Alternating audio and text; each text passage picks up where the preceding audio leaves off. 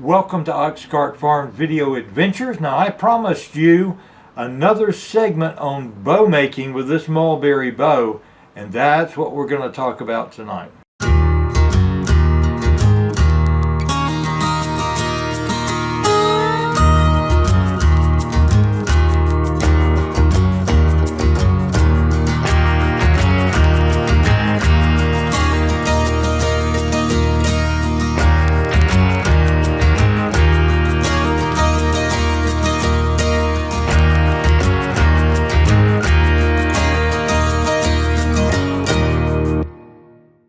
Welcome to Oxcart Farm's Video Adventure. This is segment number 2. In the first segment we talked about roughing out a bow blank in order to make a good hunting bow. One of the great things about working with natural material is it's always a surprise as you work with it. I want to go over a couple of things and explain the process we're going to use to convert this into a workable bow. One of the first things I want to do is to describe the bow blank. This is the bow back. You will notice that the bow is curved in the opposite direction that you would normally associate with the shape of a bow. That's called deflex. That's a good thing. That means that you have the ability of storing even more power in the bow when you finish it, because the bow has a deflex. When you string it, you're causing the bow to bend even further in order to achieve its proper brace height, which is normally about 7 inches, 6 or 7 inches. But there are some other elements on this blank that I want you to take a look at. Here's a knot. There's a knot. If we were to do this bow as a normal self bow, it would require a great deal of working around that knot to prevent the bow from breaking.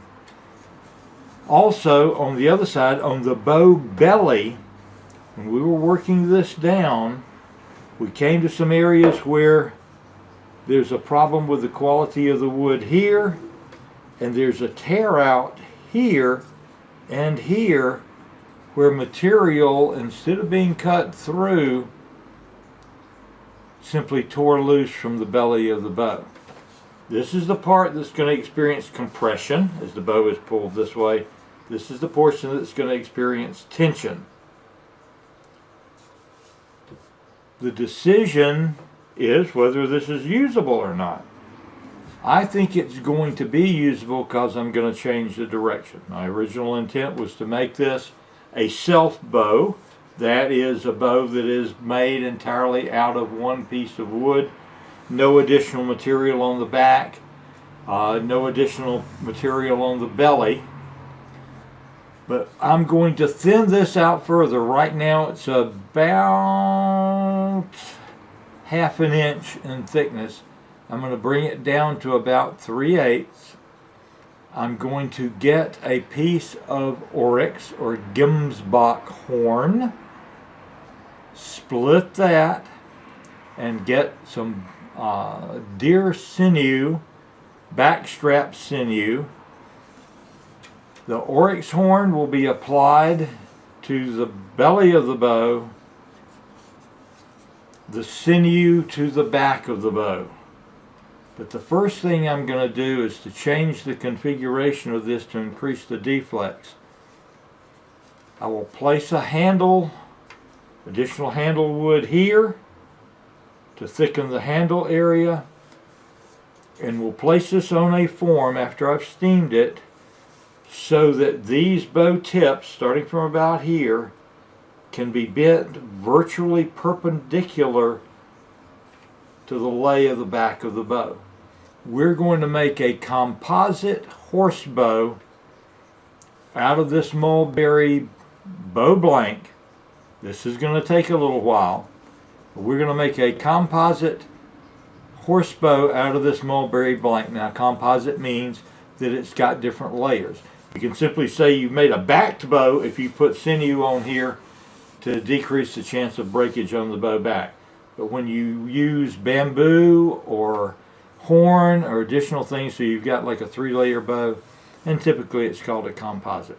This is going to take a little while, so we're going to use this moment just as an intro to what we're going to be doing, and I'm going to turn it over to Sonya as she works on her wool project while I'm finishing this bow. Today we're going to begin the process of turning a raw fleece into a warm wool sweater like this one that my grandmother made. Are you going to knit a sweater for the sheep that lost its wool? No, the sweater's for me. Today's video is one of 3. Video 1 will wash the wool. Video 2, card and spin. In the 3rd video, we'll knit the yarn and do a fun experiment. Let's get started. This wool, this fleece, I have had in my attic for several years. I would not recommend doing that, but we're going to wash it up and see how it does. This is from a sheep that's called an Old English South Down sheep, also known as baby doll sheep. They call them that because they're very small and they have little teddy bear faces. They're cute. So we're going to separate this wool. At the time that we sheared the sheep, we did the skirting, which is to remove the really dirty bits of wool that are around the sheep's legs and around its tail and on its belly. So that has already been done. And now what we're going to do is just separate it out into some mesh bags so that we can wash it.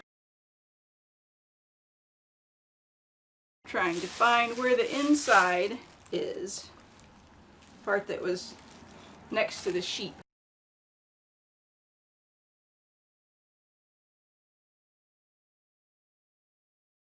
I have here a mesh bag like you might wash delicate garments in the washing machine.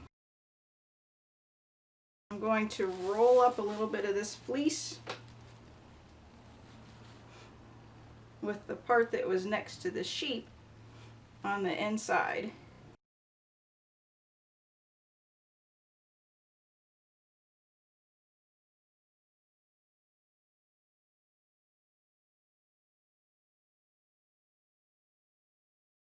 I'm not going to worry about the big pieces of straw for now, because after we wash it, we're going to pick it. So we'll remove all those bits of plant matter. I'm going to leave this part to wash later because we're going to actually wash in 2 different ways. We're going to wash one batch of wool with dish detergent and the other batch without, and do a little experiment to see which one makes a better sweater. So we'll see you at the washing machine. We are going to wash the wool in the washing machine. We don't want to agitate it because that'll turn it into felt, which for this project we don't want. I'm going to set the washer on large and hot. And rinse. Now that the water is done running into the washer tub, we're going to add detergent. For this experiment, I'm going to use about a 1/4 cup of dish soap, and it's about 5 gallons of water in here.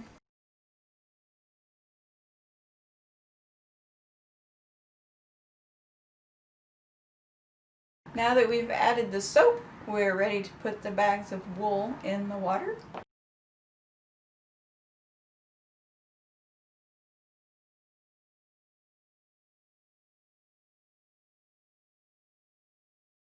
I'm going to use a potato masher just to push the wool down into the water to make sure that it's all completely wet.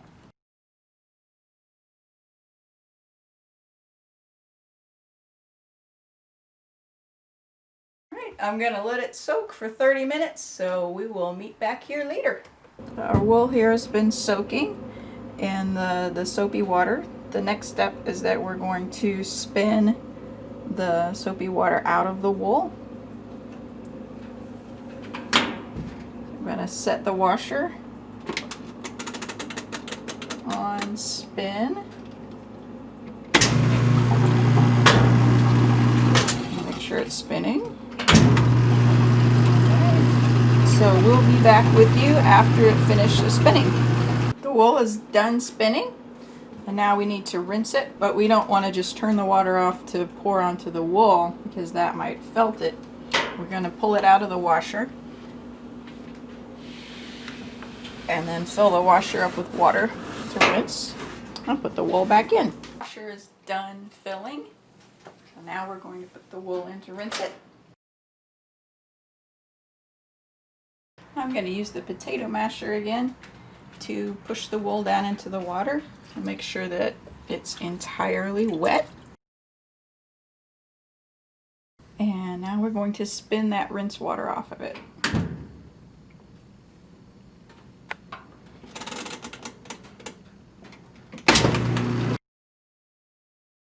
I've set up this table and I covered it up with towels to lay the wool out onto dry.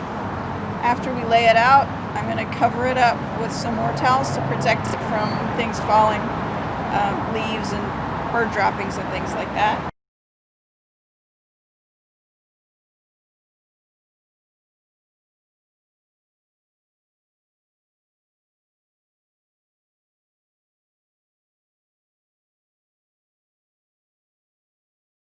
Our wool is dry now. I'm going to roll it up into this towel. Roll it up so we can take it in the house.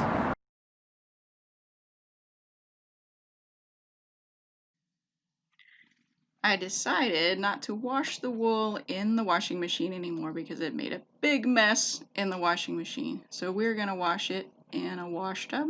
I have filled the wash tub up with cold water. Put the wool in, and I'm going to use the potato masher to just make sure that the wool is all down in the water and all wet.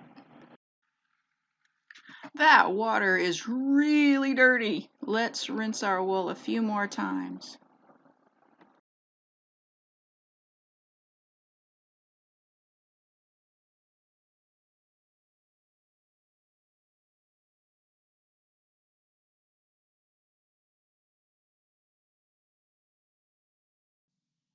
Our wool is clean enough now. I'm going to use this potato masher to squish out a little bit of water, and we'll lay it out on the table to dry like we did before.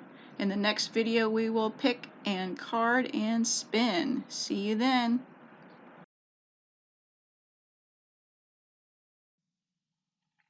Thank you for watching. We hope you are enjoying Oxcart Farm Video Adventures.